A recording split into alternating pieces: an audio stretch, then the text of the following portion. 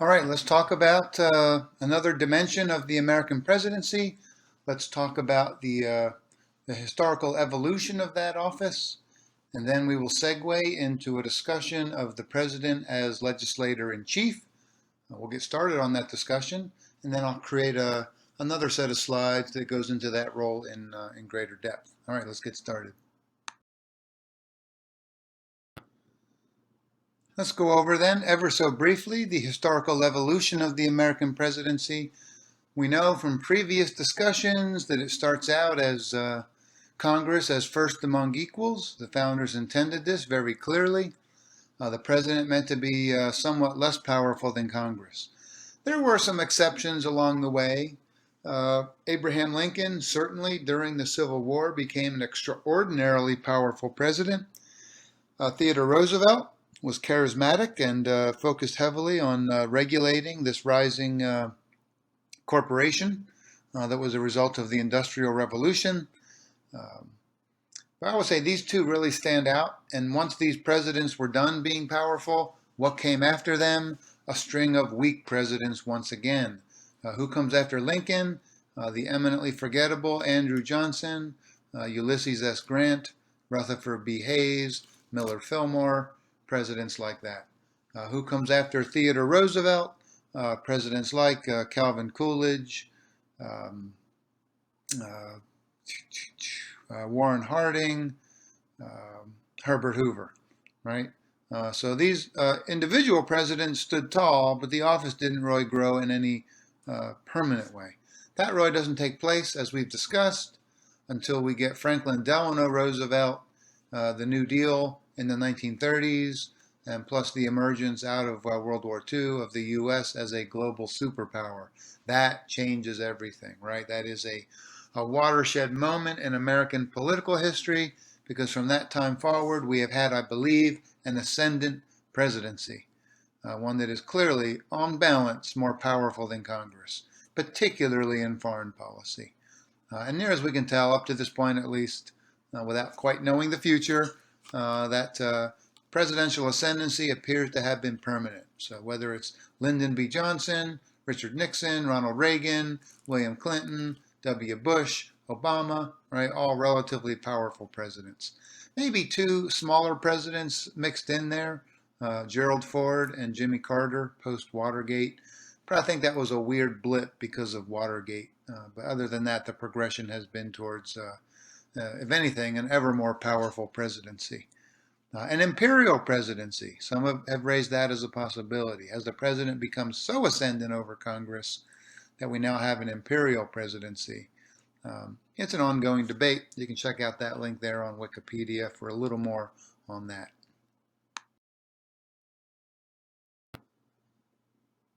So I would argue that the key indicator of a presidency's success or lack thereof is their ability to work with Congress, to get things done with Congress, to work that checks and balances in their favor as much as possible. That's the idea of president as legislator in chief. To what extent can the president get a legislative agenda through the U.S. Congress? One way in which a president can help make that happen, their State of the Union address, right? Each year, the president is required by the Constitution to give a State of the Union address. And typically in that address, they will lay out an agenda that they hope to achieve in the next year or so. So that provides a formal opportunity to at least propose an agenda. Now, that agenda is not going to move itself. The president has to do certain things in order to make that agenda happen. What's one way to do that? Go public. Go directly to the American people.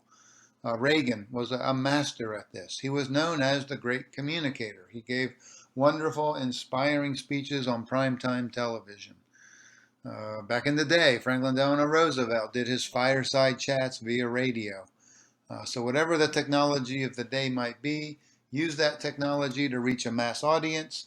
And if you can move the people in favor of your agenda, then the people will help move that agenda through Congress. They will contact their member of Congress, and Congress will respond to that. So go over the heads of Congress, go directly to the American people.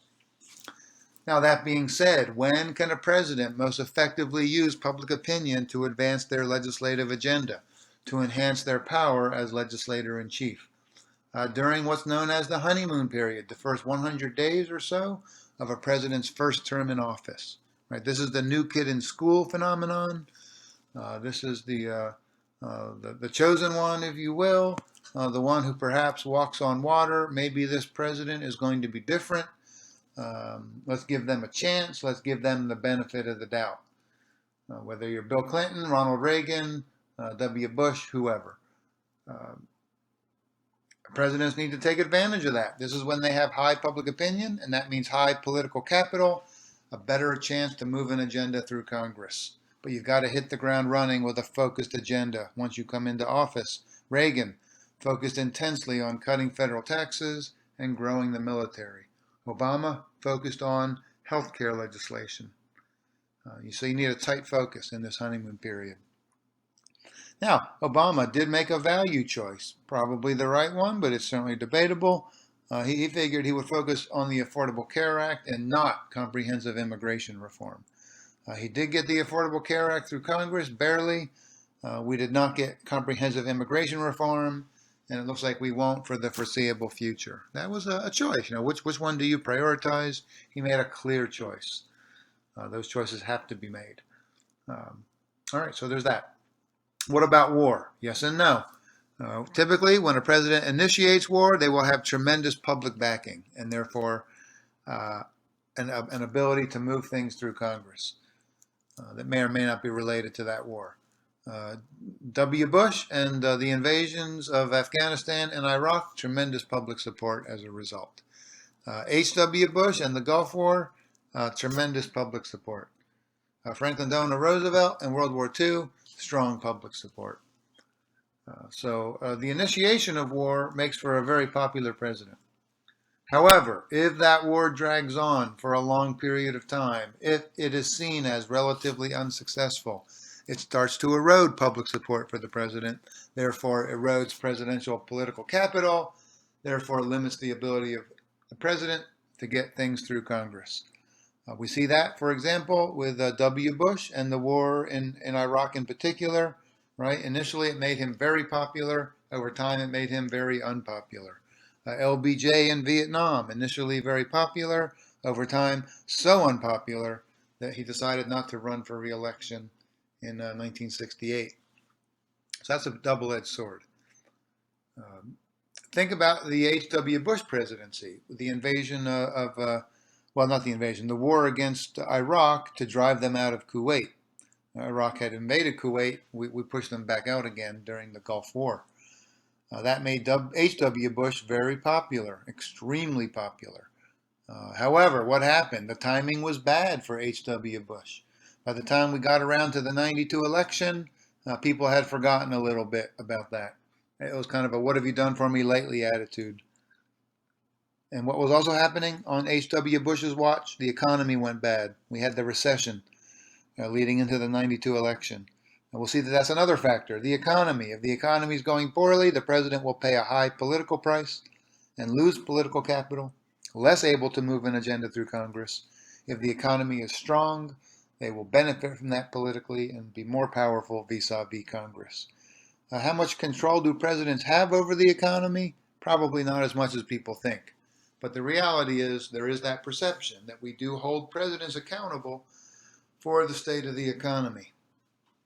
So that hurt H.W. Bush as we ran up to the 92 election, and he ultimately lost that one to Clinton, almost certainly because of a weak economy.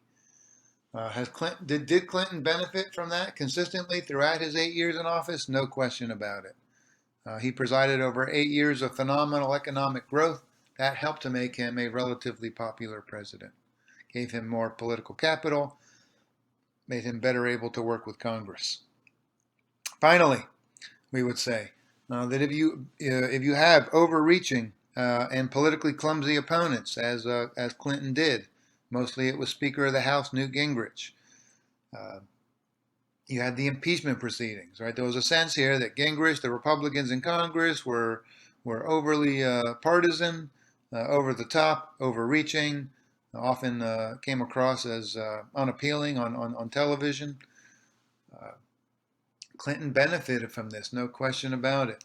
He looked good by comparison. He comes out of that impeachment process more popular than he went into it. So this actually ended up benefiting Clinton quite a bit. And then finally, I missed that other one. Sorry about that. Tragedies. Once again, yes and no. Hurricane Katrina was a tragedy that struck on W. Bush's watch. The perception was that he did not respond to it adequately. That hurt him a great deal politically. But generally, you would say, when tragedies happen, we look to the president for leadership. And assuming that president provides that leadership, the president will go up in the eyes of the public, will gain political capital. We see that, for example, with the near assassination of President Reagan early in his first term. He comes out of that smelling like a rose, very popular. 9/11 and W. Bush, wow, an exceptional case of that.